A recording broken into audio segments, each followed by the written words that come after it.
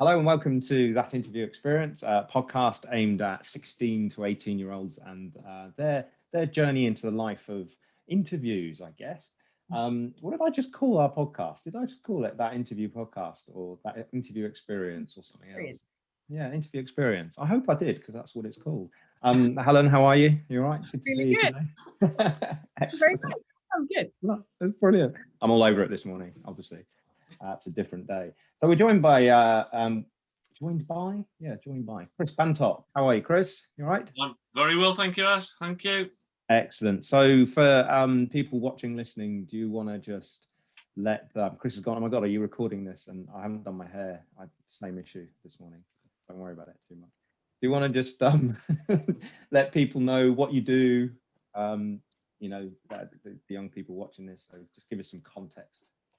Okay, sure.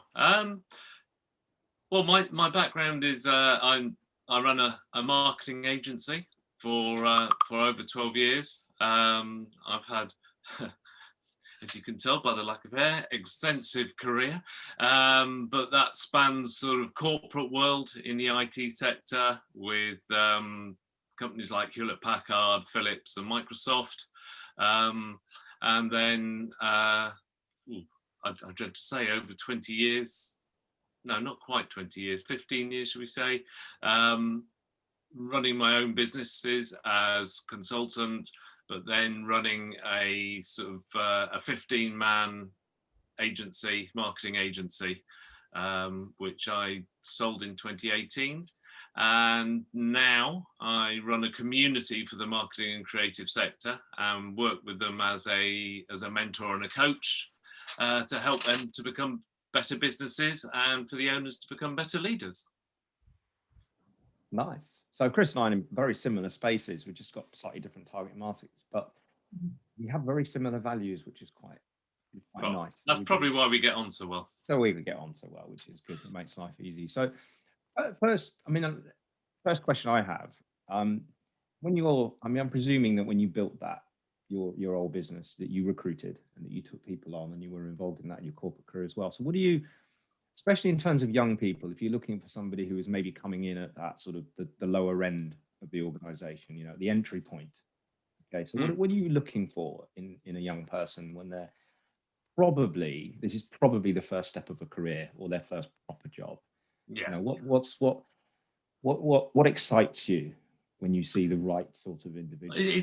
It's a really interesting question because, as you rightly say, I've been involved in taking young people on in my business. I took on an apprentice in the business, a digital apprentice, but I've also been involved in sort of schools and helping them with the enterprise initiatives as well. So it gave me a sort of a perspective on those people. But in the role of manager, business owner, hiring somebody, to be honest, I think it's about attitude.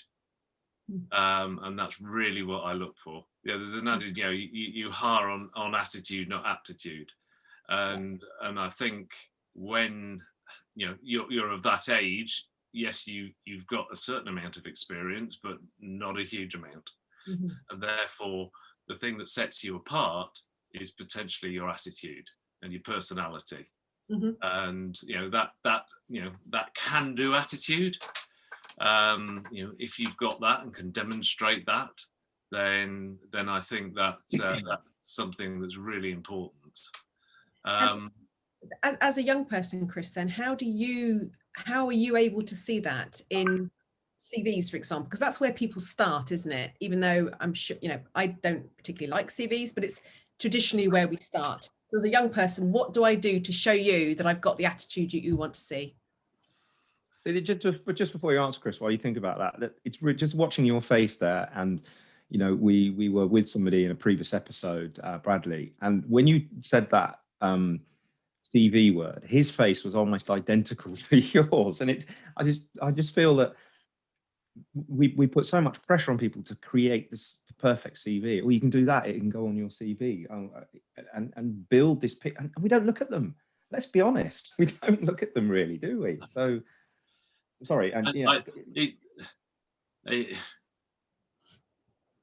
I think the whole CV question is really interesting, because I think now I'm speaking from personal experience here. I have 2 children at 19, so we've just been through that whole school process of careers and getting them ready for university and all that sort of stuff.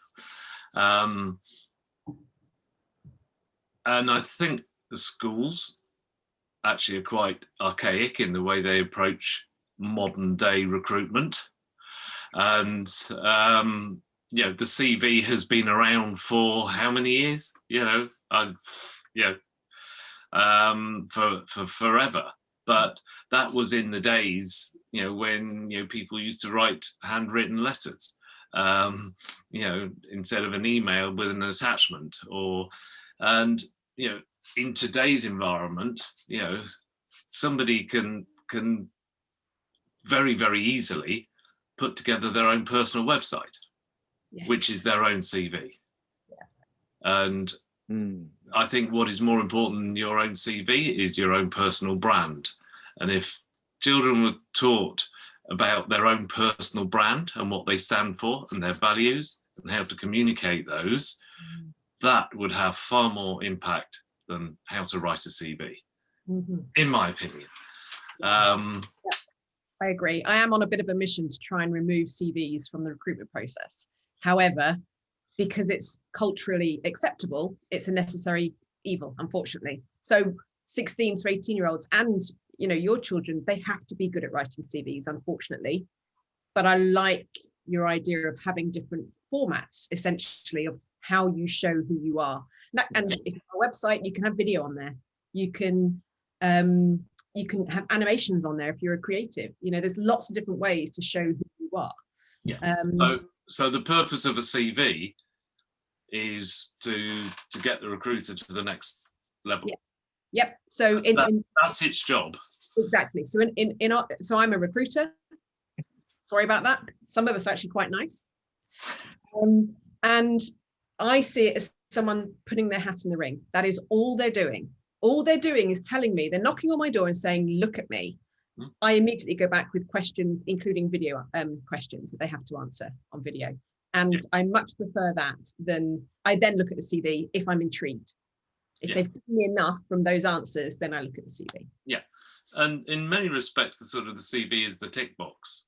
You know, what have you it's almost the assumption, isn't it? It is. Have you got this? Yes. Have you got that? Yes. Have you done this? Yes. You know, how many A levels, how many GCSEs, you know, what other things have you done outside of school? Yep. Interest. That's great. All right, well, we'll move you on. And that's the trouble, because people are almost, coming back to what I was saying before, young people are almost being encouraged to do stuff just so they can put it on their CV. Not because they have any genuine desire for it. It's like, you know, you do your Duke of Edinburgh, for example. Well, you can't stop at bronze because everybody's got bronze. So you need to do your gold, because then you can put that on your CV and it'll make you look better. Don't forget to get a paper round, because then you can put that on your CV. You know, so rather than actually going out and experiencing relevant interests for you, actually engage you, and then going, okay, what have I done? And here's my portfolio, or here's my website of evidence, or here's my podcast of evidence, or whatever it is. It's almost like from day one, you know, from the age of sort of 7 or 8. Well, is that an activity? Oh, you've played some tennis. Great, we can tick that off on the CV. Does sport? You know, you read Lord of the Rings. But exactly. And I just, are we in danger of kind of putting the horse before the cart, or the cart before the horse, if you like, rather than actually, you know, what should drive somebody's experience? The desire to create a good CV? In a selling world, and this is what people are doing, they're actually selling themselves. They're putting down, you know, the traditional trap that most businesses fall into. They're putting down the features as opposed to the benefits. So, okay, you've got your gold award, you know, brilliant, well done. What did you learn from it? Exactly. Yeah. Why did you do it? What did you get out of it? Yeah.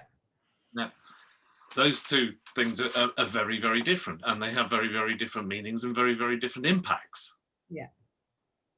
Yeah, because the other thing that I come across all the time is this massive, slight tangent here, but I do think it's relevant, because this huge fear of failure.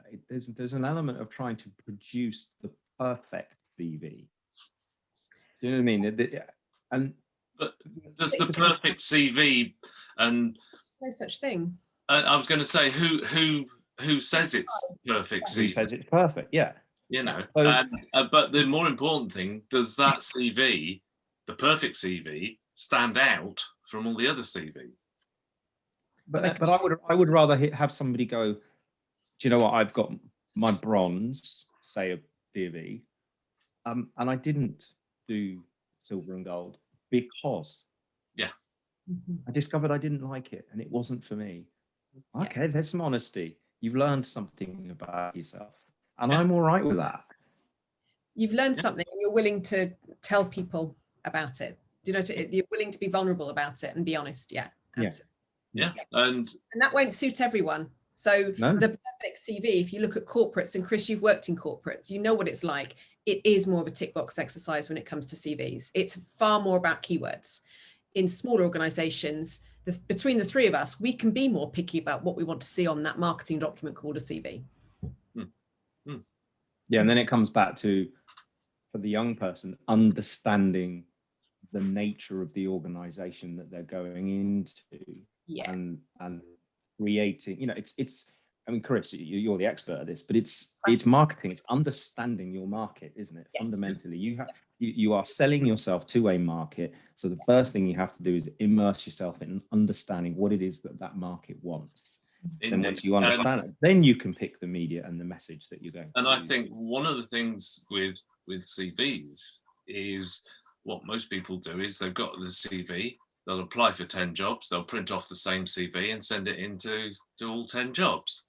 Now, why not do a bit of research about the company, try and understand what it is that you think that they're looking for, and then put that on top of your CV, that I think I'm suitable for this job because, and put some reasoning there, and make it personal to your audience that you're trying to do, because that shows that you've made an effort, you've looked into it, you've thought about it, and that will make you stand out. Yeah, use the language that the brand or the company you're applying for uses. So if they use the word awesome a few times on their website, don't be afraid of putting that on your CV. Even if it's not necessarily a word you'd use, it will resonate with whoever that brand is or that company is that you're applying for. Yeah, the phrase that jumps to mind for me there is cognitive resonance, and and value resonance as well. It's about just positioning yourself as if you're already a part of that organization. So use their language, if you like, and don't assume, coming back to the actual interview piece, don't assume, for the same reasons, that you've got to turn up in a suit. Nice. It's. I'll be interested in Helen's face. Because the word suit, I've got bad nightmares of one particular person turning up to an interview in a red suit with a Mickey Mouse tie. And he didn't get the job because he wore a red suit and a Mickey Mouse tie. And I said to him, you can change who you are, but do you want to? They clearly weren't the right organization for you. It's not, so don't necessarily tone down who you are. If you've got blue hair and tattoos, the right company will value that and like that. Do you see what I mean? Yeah. So if I'm a 16, 18, 19-year-old recent grad, you don't need to tame it down if they're the right people for you. If they're your tribe, if they really are going to give you that opportunity, don't worry too much. Yeah. If you go to an interview trying to be somebody that you're not, just to fit into that organization, that won't be the right thing for you. Yeah. And even if you do get through because you put on a great show, a year down the line, you're going to be miserable. Well, it's a uniform then, isn't it? Every day you're just going to be putting on a uniform or a shadow of who you really are. Deep down, you're dying inside because you're not actually allowing who you're not giving yourself the opportunity to shine as an individual and to actually develop the skills you can develop. And also, there's probably another company out there that's missing out on your skills because you've pretended to be someone you're not and put yourself in the wrong organization. I'm just conscious with the nature of the age of people that we're hoping to get this message out to, that there will be, I think, parental pressure to dampen down who that, it's time to settle down and get a job now. Do you know what I mean? Take yourself more seriously. So stop dyeing your hair, take the nose ring out, hide the tattoos, do all of that kind of thing. So I also appreciate there will be pushback on that. I was one of those. Not that I had tattoos and everything, but I wanted to be me, but I knew that I maybe needed to take an edge off that in order to get the job that I wanted. And I started at the BBC, so I can't have gone too far wrong. Yeah, I'm conscious. Yeah, there's that. It's finding that happy medium, isn't it, between being you and being presentable. Yes. And being, it's back to that the whole word authenticity. Be the real person, but in a presentable way. Yeah, I think that's really important actually, because that authenticity thing will come around and bite you if you're not real from your, whether it's a CV or that letter or that introductory video through to that that interview. What being yourself is the most important thing. So just a question around that then, because you've done a lot of interviewing. What's what's your what do you like to actually see once you've got somebody in that interview seat? What do so they've got past the CV, they're in the chair, they've got, you're on one side of the table or maybe next to them, I don't know. What are you hoping to see from that person? I'm hoping to get to the real person, because most people, and especially younger people, come to interviews and they are a bag of nerves. And you can see that they're a bag of nerves. And, some people like that because it puts them on the back foot, and I hate it. Yeah. And, I always try and get the person to relax, calm down, even to the extent, I know it's nervous and you're nervous, I can see it, but please, just relax. And only then does the real person sort of come out. So I look for, once you get past that, I look for the real person. I look for that authenticity. I look for the right attitude, as I said right at the beginning. And I think that everybody's scared of that fear of failure. Well, I think if people can demonstrate some of their failures and their fears and what they've learned from it, you find out more about that person from that than you probably do from, well, yes, I've achieved this and I've done that and I've done the other. So it's a mixture of both, but also looking to see how they would fit into the business. But also, what, have they actually done a bit of research on the business? Have they tried to understand the culture? Have they tried to understand what we do? And, it's really hard for young people to really sort of work out the value that they can give. But just having the right attitude, contribute, get on with people, and I look for good levels of communication. Actually being able to communicate and articulate and talk. Yeah, a good way to look at it, and actually this is regardless of age in terms of interviews. If you're going to a job interview, it's a meeting. It just happens to be called a job interview. Yeah. Why don't we just have a chat? I mean, it's not, for me, it's no different to when Chris and I first met. Let's go and have a coffee and see whether we get on and whether we can potentially collaborate or whatever that looks like. And we're still talking about it. We've had about 50 interviews, but it is just a fact. I still haven't got the job. Neither have I. Final interview. we're both sacking each other. Oh, that's really, really interesting. So last question for me, Chris. What's your favorite interview question? Yes, that's an interesting one. My favourite interview question, to be honest,